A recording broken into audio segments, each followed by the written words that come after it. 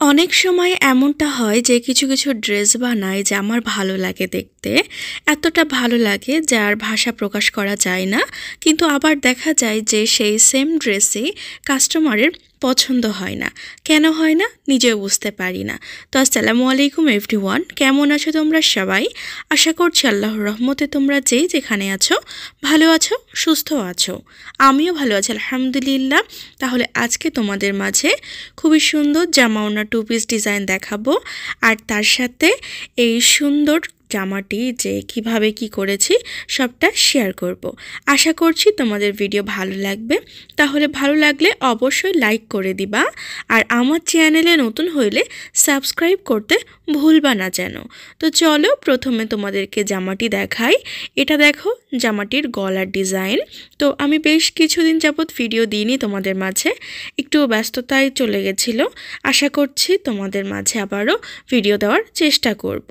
তো এটা হচ্ছে গলাটি, দেখো অনেকটা সুন্দর কাজ করা হয়েছে। আর এটা হচ্ছে লাখনৌ একটা ডিজাইন, এখানে মাছ কাটা আর এই যে লাখনৌ সুজনি সেলাই সেটা দিয়ে কিন্তু ভরাই কাজ করা আছে। আর তার সাথে দেখো ডলারও আছে অনেক বেশি।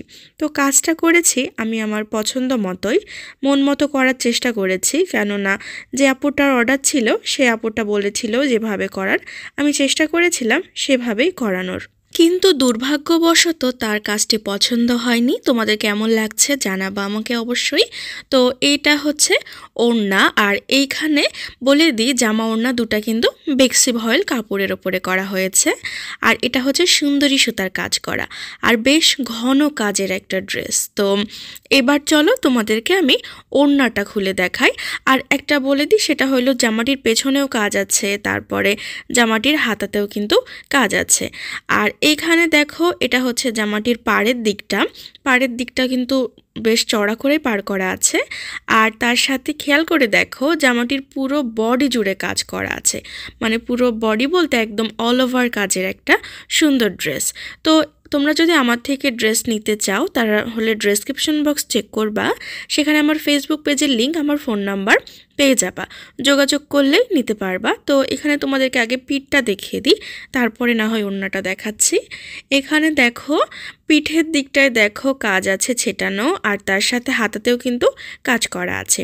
হাতাতে দেখো এখানে পার করা আছে, তারপরে ছেটানো ফুল করা আছে। তো এখানে বেশ কয়েকটা কালার সুতা দিয়ে কিন্তু কাজ করা হয়েছে। তো তোমাদের মতামত অবশ্যই আমাকে দিবা, হ্যাঁ, যে তোমাদের ভালো লাগলো নাকি খারাপ লাগলো। এবার চলো ওড়নাটা দেখাই। জামাটিতে যেমন অনেক বেশি কাজ আছে, ওড়নাটিতেও কিন্তু বেশ কাজ আছে। দেখো এই যে জামাটার নিচের দিকে যে পাড়টা ছিল, তারপরে হাতাতে যে পাড়টা ছিল, এই পাড়টা দেখো পুরো আমি ওড়নাটার চারিদিকে দিয়েছি। আর এখানে চারিদিকে বলতে এই সাইডটা একটু ফাঁকা আছে, কেননা উনি আমাকে যেমনটা বলেছিল আমি সেভাবেই করেছি। এটা ডিজাইনটা ঠিক এরকমই ছিল। আর তার সাথে দেখো পুরা ওড়না জুড়ে কিন্তু ছেটানো ফুল আছে, আর কাজটা বেশ পিটানো করেই করানো হয়েছে, আর অনেকটা ঘন কাজ। তো এখানে সুতা দেখো কয়েক কালার হওয়ার জন্য এটা বেশ ভালো লাগছে।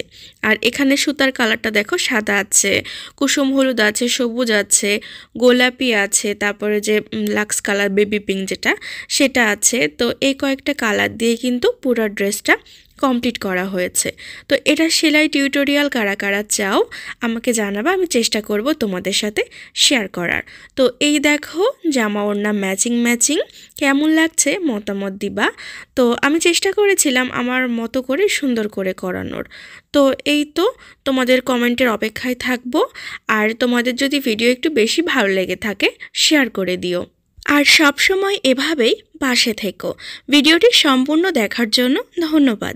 ভালো থাকো, সুস্থ থাকো, আল্লাহ হাফেজ।